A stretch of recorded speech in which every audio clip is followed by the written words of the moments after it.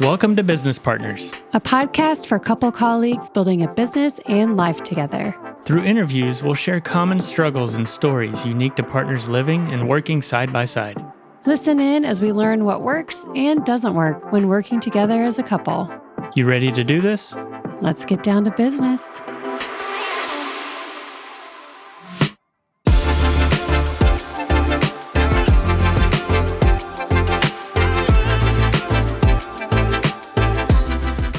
Today on Business Partners, we're joined by LapCat Studio. Nic and Hannah Malone are the brains and opposable thumbs behind LapCat Studio. They talked about being future business partners before they started dating, so working together just feels right. As a little improv that they didn't include in their bio, Nic and Hannah were my students when I was a graphic design teacher at O'More College, so I'm really excited to see what they've done with their careers. Welcome, Nic and Hannah, to Business Partners Podcast. We're so happy to have you. I know you guys are at LapCat Studios. Will you tell us a little bit about it and when you started it, why you started it, and who you guys serve? Yeah.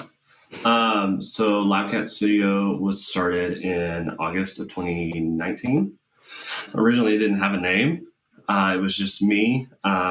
I had a handful of clients that came to me after I lost a job at a record label downtown. So yeah, it was born out of losing a job and finding work and not having a desire to not go back to a full paid position at another record label. And you were a designer there, right, Nic? Yes, graphic designer. I was, I guess, a lower level designer. I had we have a cat trying to escape. I had a creative director, and I was the other designer on the team. Gotcha. And we were in the middle of closing on our house when his whole team was let go. So it was a little chaotic. Wow. And our realtor and our financial person told us, like, if you can have proof of another job within 2 days, you'll be fine. Oh my gosh, so it's terrifying. Within 2 days, he was his own employer. Wow. Yeah. And it's just grown from there. Yeah. Wow. And so I think we formalized the name about a year and a half into it. But after it became LapCat, Hannah joined full time, and we've just been rocking and rolling since. I joined in 2021, okay. And we were at a tipping point where it was like either I join or he hires somebody else. But we'd been talking about working together since before we even started dating. So it was a long-term goal and kind of a now or never moment with some shifts in my own job. And so I just jumped in and we got some more clients and haven't stopped. So what were you doing at the time? I was working at a marketing agency on their design team. So his background's more in the music side. My background's more in the marketing and nonprofit side. So together I'd like to think we're pretty well-rounded. Mm-hmm. Yeah. And most of our current client base is in the music and entertainment industry. And we also have some more retail-based clientele as well. And occasionally, not occasionally, we also have one nonprofit on retainer. And then, people just come to us as they need stuff. So I'm so curious about that tipping point where it sounds like you both reached it at the same time, where you were forced to kind of make this decision to work together. It's such a huge risk. So what was that tipping point for you, Hannah, being on a nice, stable marketing team job, clients fed to you, what made you decide to take this risk together? The decision was kind of made for me. I'm trying to choose my words with care because I have a lot of respect for the people that I used to work with. But I think really just through the chaos of the pandemic, I was struggling more mentally than I realized at the time. And the people I was working for noticed, and they were like, all right, you've got X amount of time to course correct, or it's going to be a bigger conversation. And I worked really hard to course correct, and I am proud of what I did.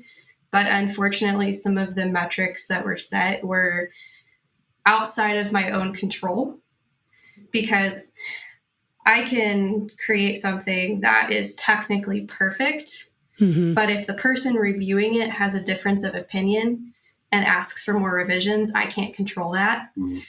So in their eyes, there were one too many instances of revisions being asked for. So I left. And at that point, it just seemed kind of fruitless to go job hunting when I had a job waiting for me at home. Yeah. And it helped Nick a lot. He went down from, working until 10 or 11 most nights, and me coming home and working with him till 10 or 11 most nights, to just a more even, well-rounded workload for both of us. Yeah, it's true. Sounds like the right decision. Absolutely. Yeah, it's turned out really well. I want to hear more about that, but I'm realizing I forgot to ask a very important question, which I already know the answer, but I'm going to pretend like I don't. How did you guys meet? You do know that. I've been there for the whole journey. You have. For the rest of the world out there, I don't know. Yeah, he doesn't know.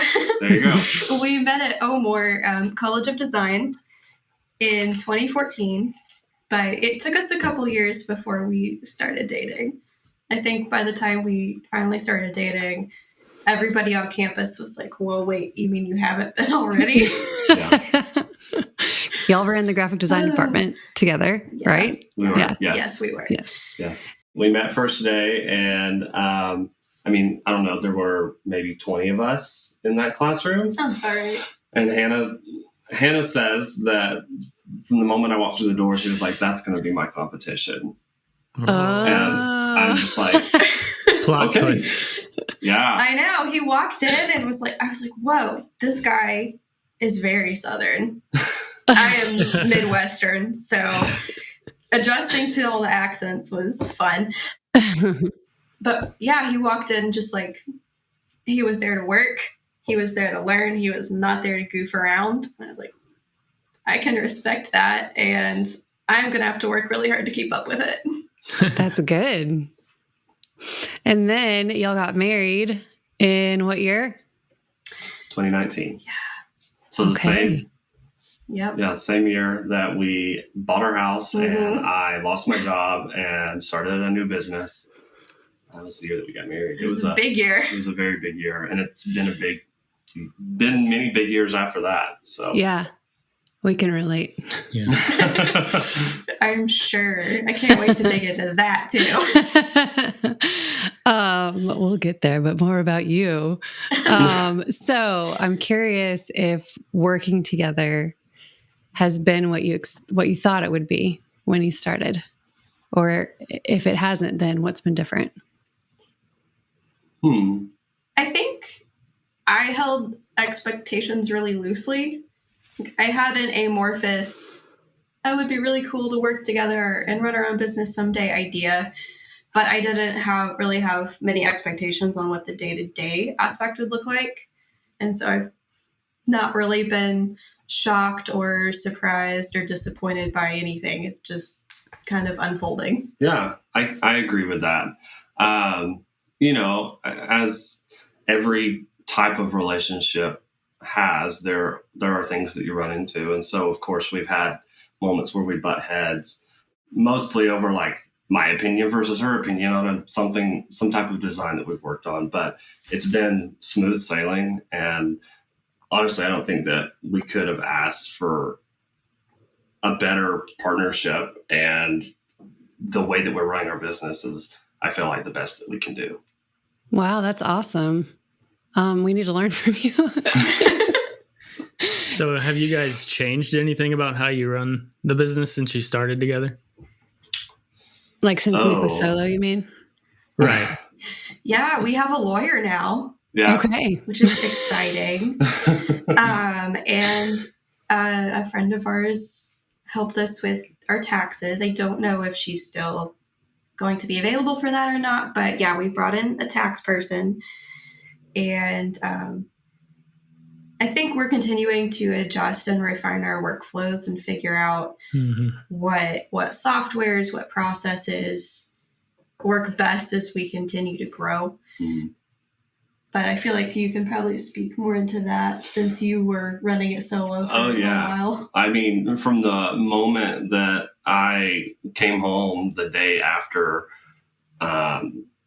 we started the business in 2019, my head was spinning because there were all these new things that I had to figure out. And one of those being like, how much money do you set back for taxes? And oh gosh, I guess I do need to come up with a business name. And then we've got to register that. And then eventually it became the LLC. And like Hannah said, we had to get a lawyer. And Lord knows that I don't need to be doing the taxes because math is neither of our strong suits. So we had to find someone that would help us make sure that we're paying the government the money that they're asking for. And so, yeah, I mean. Not to mention onboarding processes and organization and how, and you guys know this, but like how to put together like a good toolkit of questions that you can lead somebody through when they know they want a logo, but they don't know what they want it to be or kind of what their parameters are. Because I'll know it when I see it. It just is not productive for anybody. No. What about for your relationship? How has your relationship changed since you started working together? Because it does add a different element. It does. I was telling Hannah before we hopped on here that we try. I know that I try. Like that if I have a frustration with a client or with the work that I'm working on, I try to have that frustration in this room and not like take it down to the living room or the dining room whenever we're having dinner or watching TV, or take it into the bedroom when we're trying to go to sleep. Like I want that stuff to stay here because it doesn't belong outside of this room. That takes a lot of intentionality and discipline. He's much better about it than I am. I'm the one who I stress dream about work all the time. Same. Do you grind your teeth and get like wake up with a headache in the morning? I am going to have to get a crown because I've cracked a molar from stress clenching. I feel you, girl. And I'm working with a TMJ doctor and have a mouth splint I wear every night, and I've still cracked a tooth. Wow. I feel you. Running a business is not for the faint of heart. No, it's not. Especially not when you're already anxiety prone. I was going to ask Nick, what does Hannah get upset with you about the most on the day-to-day? In the business, not yeah, in the business. Within that room there. Oh, goodness. I guess slowing down to like explain what I'm doing. Because I tend to just like, hey, let me have the keyboard and the mouse and I can just show you really quick instead of explaining to her the process that I go through. Because sometimes, I mean, for me, it's hard for me to articulate what's like going on in this brain, this skull. It's easier for me to just like show her. And that was some of the way that I learned from past creative directors, just like, let me show you how this works. But for Hannah, she likes to see how it's done, and I understand that, and I appreciate that because then she's able to replicate it or like determine a way that works best for her. So I get asked to slow down, explain what you're doing so that I can understand why you're doing what you're doing. I'm guilty of that as well. Move, and I just grabbed the keyboard. So same question for you, Hannah. I always love learning a good hack, but I want to know how it works so I don't have to ask again in the future. He's much better at remembering keyboard shortcuts than I am. It's his strong suit and not mine. I think he gets upset with me, and it just happened today, when I don't like to bother people when they look like they're in the zone. So I'll like hedge around the fact that I have a question. Instead of just being like, hey, question, what did we tell so-and-so about this project? And I'll like try to ease into it. And then it ends up wasting more of his time. And he's like, just just ask the question so we can move on. This is the same for us. Just reversed. I'm like, how much time did you just waste on that thing that could have answered in 30 seconds? But he's the same. Y'all are too considerate.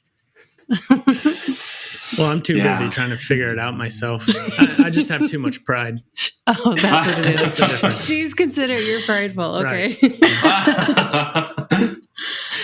So you mentioned that sometimes y'all will butt heads about like differences of opinion, subjective opinions about design. Is there another tension point that tends to like bubble up frequently? For me, I am very good at accepting client feedback in a very dispassionate, divorced from the work point of view because they're paying me. But critique from him is a lot harder to take. I get that. Where it feels more like if I'm not in the right headspace, it feels more like an insult to my capabilities. And for those of you who are familiar, I am a 5 on the Enneagram. So I take competency very seriously. Mm-hmm. And I don't like feeling like that's judged, even when that's not his intent. So I have to try to take a step back and go, no, this is strictly about work. This is about providing the best end product to the client possible. So don't take it personally. That's a constant work in progress for me. That's really good. What about for you, Nic? And what's your Enneagram? I do not follow that as closely as Hannah does. He's a 1. But I'm a 1, I'm told. He's a 1. I don't know. Is there one that comes to mind for you that I really like? On that same like wave, I try to take her feedback seriously and thoughtful, and like it's important to my work because I want the product that we're sending out to be the best product that it can be. I will say that like, this is probably negative and we may cut it out, but I tend to take client feedback more harshly than the feedback that I get from her because I do take it as like, wow, that does kind of hurt when you don't just like say that you love it. But I understand that not everyone's going to love everything that we make. So at least I know when the feedback comes from Hannah, like she is trying to make the work the best that it can be. So yeah. I think ones instantly goes self-critical when they get negative feedback. So I know that's something that we talk about a lot. Like it's hard to not go black and white. Like this is either a really great design or a really crappy design, you know, and the client has chosen really crappy. Okay, I quit. I'm terrible. You know? So we feel you. Do you guys have defined roles? Like we were just talking about this recently, how we feel like we need to maybe sit down and say, okay, you're COO, I'm CEO, let's just say, and then associate like roles and responsibilities. Have you guys had a conversation like that? We've had conversations about what roles we play. We definitely like believe that like this partnership is that it's 50-50. Like we want both of us to be able to do any aspect of the job. I do handle most of the money side of it. So I'm invoicing, making sure that checks get cashed, talking with the tax person, so on and so forth, all of that side. And Hannah very much so is like client facing. She responds to the emails in a timely manner because that is not my strong suit. As you can tell, she's been communicating with you guys, not me. She's very good at that side of it. And a new aspect that we are adding to her plate this year is she's going to head up the social media side of it. Because we don't have a very active presence, even though we've been doing this for 3 years now. So that is one of our goals for 2023 is to really get an active social presence, even if that's just posting once a week. Yeah, we've been very blessed. Oh, and I'm also the official note taker for any meeting that we're both in. I take pretty good notes. Yeah. But yeah, like to his point, we've been super, super blessed in that we've done absolutely zero advertising. All of our clients have been through word of mouth, and it's been great. Yeah, but that's amazing. we're hitting a point where it's like, okay, if we want to think about this, continue to think about this long term, because we expect we will continue to be operating this business far into the future, Lord willing, that we need to start building that online presence. We need to start publicizing more of our work and be very intentional about it. Not even from a paid ad perspective, but just from the perspective of, if people don't know we're out there, we can't be of service to them if they don't know where to find us, unless they talk to their buddy who worked with us 2 years ago. Yeah. Like that's not great. Right. So we're working on that. And yeah, I'll be running the charge from that point. That's exciting. But I've taken note that you guys have done a really good job at that. And thank you guys. we're taking notes of that. Oh, thank you so much. It's all Jess. It literally is.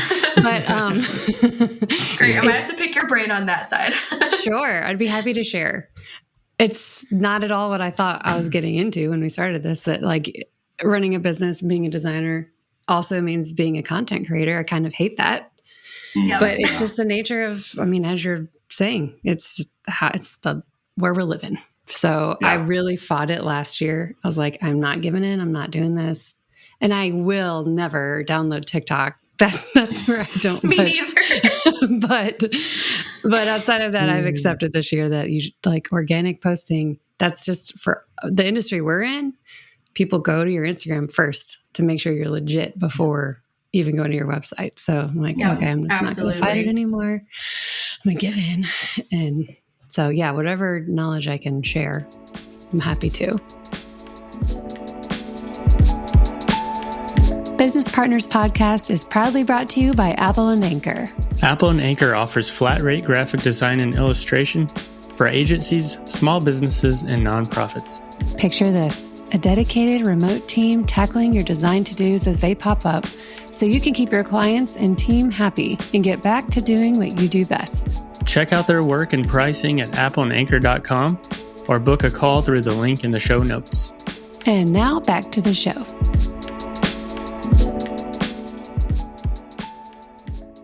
All right, so what's the future for the business? You guys have grand plans? We have some plans, yes. We hope potentially this year, depending on how it all shakes out, that we can have a third person on our team. We'd love to hire, even if it was just somebody part-time, have an additional person that we can rely on when things get heavy. The goal, I think, is for the team to be, no more than 5, really ever. Not including, all the people that you need to do the other things like your lawyer and your tax person, but like a team of 5 that can handle all the creative things that we need to make. That may be 5 years down the road. It might be next year, just depending on the work that comes in. That's exciting. So do you see your roles changing by bringing someone in, or are you wanting to still stay in the design seat? I think that's why we want to stay small, because obviously there will be components that lend themselves more to management that happen when we bring somebody else on board. But we both really love the design aspect. And I've talked to a number of people that I've either just like run in the same circles with professionally or worked for or interned for that really miss the hands-on side of things and are, I don't think sad or regretful is the correct word, but I guess a little bit nostalgic for the days when they were involved in the design process, where they did more of the hands-on part. And I don't want to lose that in the weeds of running a team. Mm-hmm. Makes sense. Tell us more about the types of projects y'all are working on. Go for it. Okay. We're gearing up for some album and LP drops. And I'm working on some one sheets for some clients, some updated posters with donor lists for the nonprofit we work with.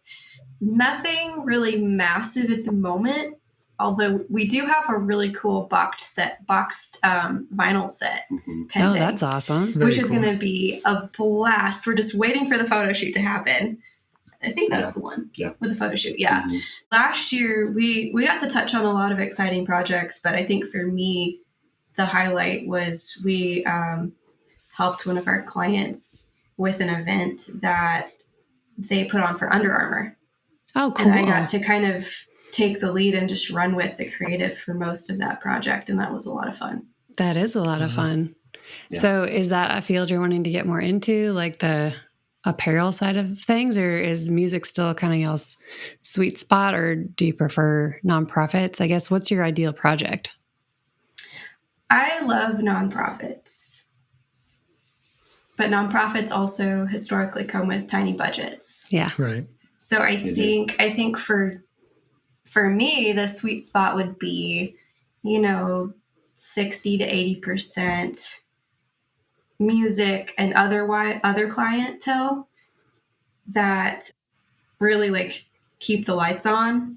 Mm-hmm. So then we have the capacity to lend a hand for some blah, blah, blah, words are hard. So we have the capacity to like take on some of these smaller projects for nonprofits that really are doing like really good, really valuable work, because they deserve to look just as good as Nike or just as good as Taylor Swift. Like they shouldn't have to look lackluster just because they can't afford the big bucks. We totally agree. Yes, totally. We love our nonprofit clients. Mm-hmm. Yeah. They're sweet. I love them. Mm-hmm. Budgets, like you said, sometimes. Yeah. But I would say that music is currently about 60 to 70% of the work that we do. There is a lot of range. A lot of it is country music because we are here in Nashville, Tennessee. So, but I really enjoy that side of it. I grew up playing the guitar. My mom plays the piano. She also plays the guitar. She has a ton of instruments. And so like music is ingrained into me. Yeah. So I don't play as often as I probably should, but it's definitely a passion and I enjoy it. And I love this side of it too. Like the design side of it is just as fun as the playing music side of it. So do you go see lots of live music to kind of stay inspired? Oh, yeah. We do. Oh, yeah. And the great thing about having music clients is you get invited to the shows for free. And so, we need more music clients. Being able to walk up to the take counter and say that you're on the list is a perk that is really fun. And I don't think that part will ever get old for me. Mm-hmm. Yeah. So we definitely get to indulge in that side of it as well. That's awesome. So, Nick, you said you don't play guitar as much as you'd like to. I guess that kind of leads me into the next question. So what's the biggest struggle working together? I'd say ours is finding time for ourselves to, dabble in our hobbies. We have a hard time kind of compartmentalizing our lives. Everything kind of blends together and we end up working most of the time. So what's the biggest struggle for you guys? Working together. Man. Well, I will say that we try to set aside time that each of us can do our respective hobbies or the things that we enjoy doing. Hannah actually just had one of those things this week. She meets with a group of friends that are girls and they get to just have their girl time. And I love that for her. I try to do the same with my guy friends so that we can step away from the business side, because otherwise we're always here and it's just us and the pets. Yeah. And so you can really drive each other up a wall if you're not careful. So we definitely try to make time to get out of the house away from each other, because otherwise, we'd go insane. Yeah. I I mentioned guitar. So yeah, I know how to play, but I don't pick it up enough. And Hannah knows how to play the piano, and she doesn't pick it up enough. So we definitely should, for 2023, set aside time to do that. Other hobbies that I have that I do set aside time for and enjoy is got a 3D printer last year. Oh, fun. And I love to tinker and just like mess with stuff. And so I've loved like being able to print off things and fix things around the house that I would That's so have cool. to go down to Home Depot or Lowe's and pay $20 to purchase this thing. But no, I can print it in a couple hours and have it. So That's awesome. Very cool. yeah. That's like a different level of pride that comes with fixing something. Yeah. And then when it breaks, you really got to call someone, because that means your job didn't work. What's the biggest lesson that working together has taught you guys, either from a business perspective or just as a couple? I think, and this is more on a personal level, like I didn't grow up in an environment where I saw a lot of married couples that had fun together. Now, they didn't work together either, but I don't know. I think just over the past couple of years, I've really enjoyed learning that no, like you can have fun with your spouse. You can count them as your best friend and genuinely mean it. And you can hash out a personal life and a work life together that is, on the whole, way more fun than it is frustrating. And I think, I don't know, I think that media is slowly getting better at portraying happy couples and happy relationships and happy work environments. And I think that's great. I think the more we see of that, the better, because it is possible if you're like just willing to, like Nic said, set aside time for each of you to spend on your own thing and find plenty of things that you enjoy doing together. And for us, a lot of that happens to be work, but you know, we enjoy making money together. It's great. It is funny how your idea of marriage can change over time, evolves for sure. Yeah. I know mine has for sure as well. And I'm glad Very you much realized a it sooner than I did. partnership. Say again? Very much a true partnership. Yeah. That's awesome. Oh, I love that. Yeah. Could you share one tip for other couples who work together? Protect your personal time as much as you can, whether it's a we don't talk about work when we eat dinner rule, or it's a we have a standing date night set up rule, or we never bring a laptop into the bedroom, like whatever it has to be. Like, make sure you have a space that work does not enter. Yeah. Or you will only talk about work forever. That's good advice. That's really good advice. Mm. Do you take your own advice? We try. Yeah. We also have some friends that also work from home. One of them runs his own business, and his wife works for a large company here in Nashville, and she has a hybrid schedule. Okay. And his mother also lives with them. And I know they've told us before, and they're very wise, that they have to be very intentional about protecting time to not talk about work, because they work in similar fields. He used to work for the company that she still works for. And if they're not careful, they also will always just talk about work or about mom's medical stuff. And so it's not original advice, but it's worth trying to apply. I think that's really good advice. Yeah. Okay, last question. Is there anything we haven't asked you that we should have? I just had a thought run through my mind that kind of pertains to the last question, but it could honestly go for any freelancer or somebody that owns their own business. Yeah. And I think that's like not to be afraid to raise your rate. And I know we haven't talked about money in that sense in the call, but I struggled early on with the fear that like raising my rate would drive clients away.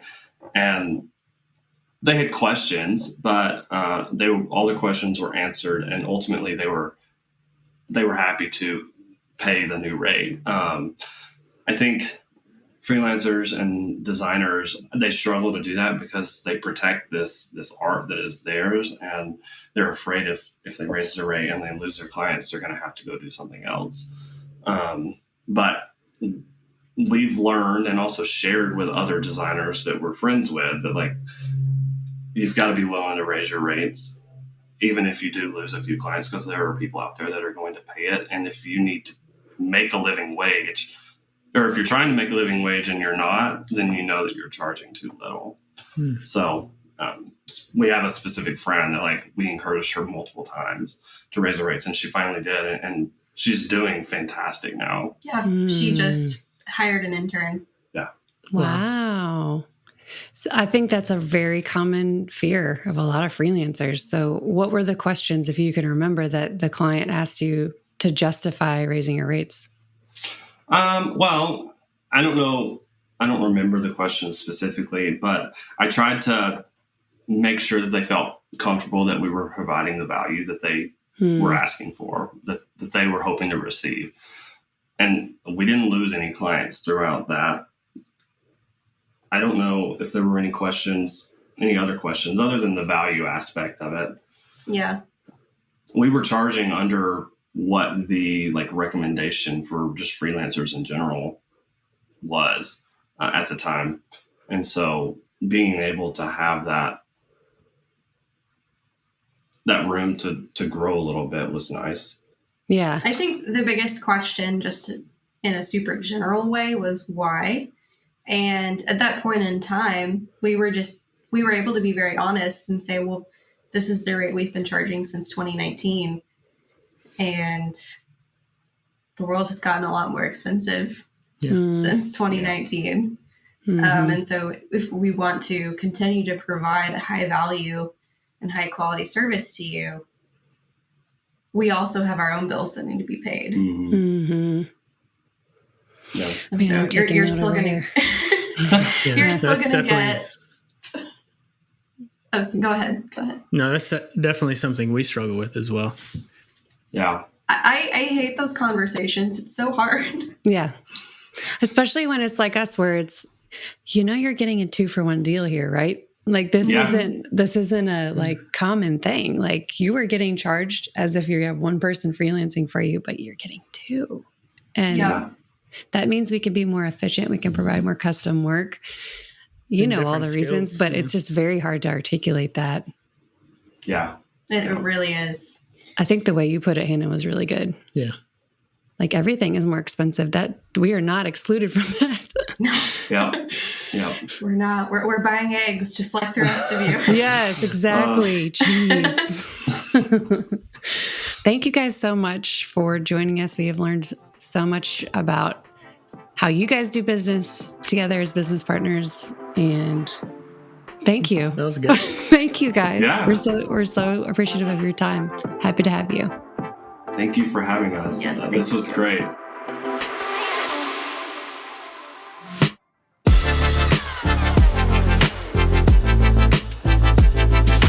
Thanks for tuning in to Business Partners. Find out more about our guests and follow their businesses through the links in our show notes.